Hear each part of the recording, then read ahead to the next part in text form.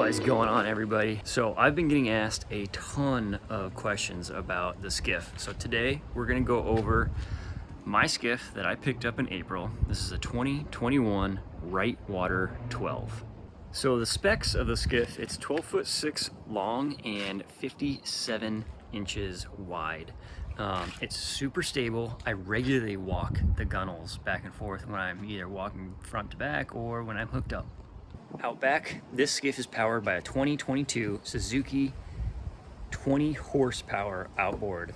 To maintain stability while I'm driving, I do have the porpoise tail on here. So when we're doing like 25, 26 miles an hour, there's only way to do that is with this guy. Otherwise, this boat will jump around kind of everywhere because it's such a flat bottom, it's so small, and the motor's so big, it just tries to lift the boat like crazy, but it does a fantastic job at keeping this boat incredibly stable at top speed, and it helps it jump on hole, like out of the hole shot, like so fast.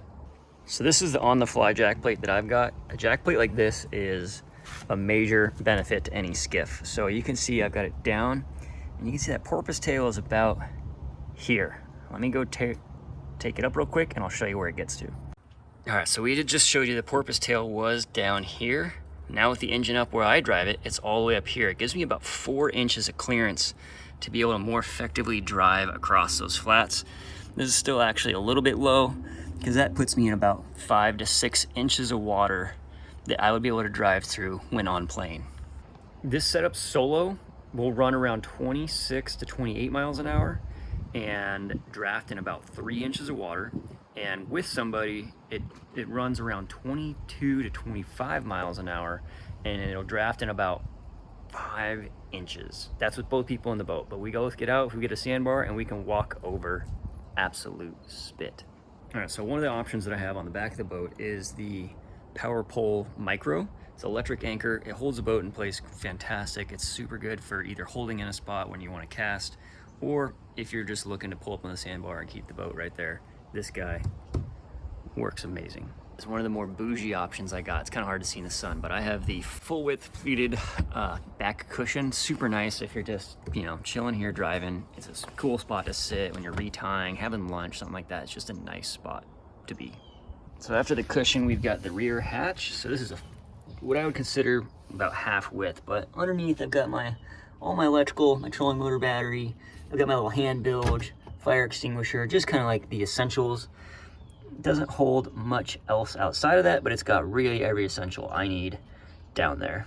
One thing you'll notice is it's kind of dirty, but the full length of the floor is SeaDeck, and what that does,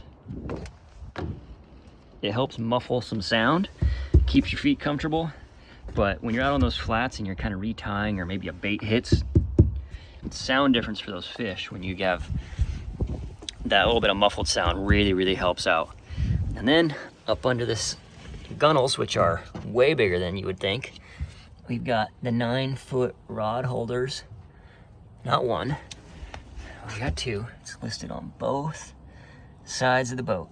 On the center, we've got the bones of the operation. We've got a cooler cradle with grab bar. I have the lights that are situated on there. I've got this is where I keep my coffee in the morning. My tiller extension's here right now, but there's a rod holder here, and then got another one over here. And then I keep the Yeti. This is a roadie. Fits perfectly inside. You can keep all your tackle inside of that guy. Keep all your snacks in there. And then I also have the Yeti Sidekick. I'll pull this guy's up, but this is a super cool magnetic dry bag. I don't know if you'll be able to see inside there, but that goes and clips just right to the front of the Yeti. Whoops. Goes and clips to the front of the Yeti right there. Really cool setup. I got it in the orange so that way it kind of just matches the boat. I got it in the orange so it kind of has that cool blue to orange situation. You can see the full cradle setup right here. It just holds everything super well. Great spot when you're standing on the back driving. So really good accessory. I would suggest anybody that gets one of those boats, make sure you get a cradle setup like this. Next up is the front hatch.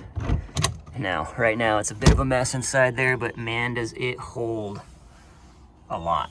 So inside the front hatch that I've always gotten here is my rope with my carabiner. This is how I tie up to the dock. If I ever find a friendly dog on somebody's back canal. I'll throw a ball if they'll pick it back up for me and drop it off. I actually carry, this is a really cool item.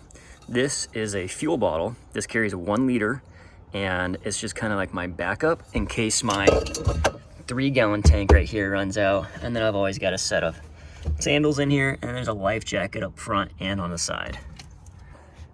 Coming up to the front deck, we've got the big 40-inch ruler. I haven't found that 40-inch snook yet, but we are looking for them. Casting platform with the padded sea deck. You can see the old company was SkiffWorX. It's now Wright Water by John Glasser, but they had this left over, so they were able to put this onto the casting platform. Super nice for your feet all day. Up front, we've got the Minn Kota Power Drive 55-pound thrust trolling motor.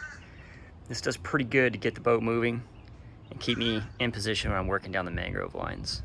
So yeah, if you guys have any other questions on the Wright Water 12, make sure to leave them in the comments below, and check out some of my videos if you want to see how it performs fishing.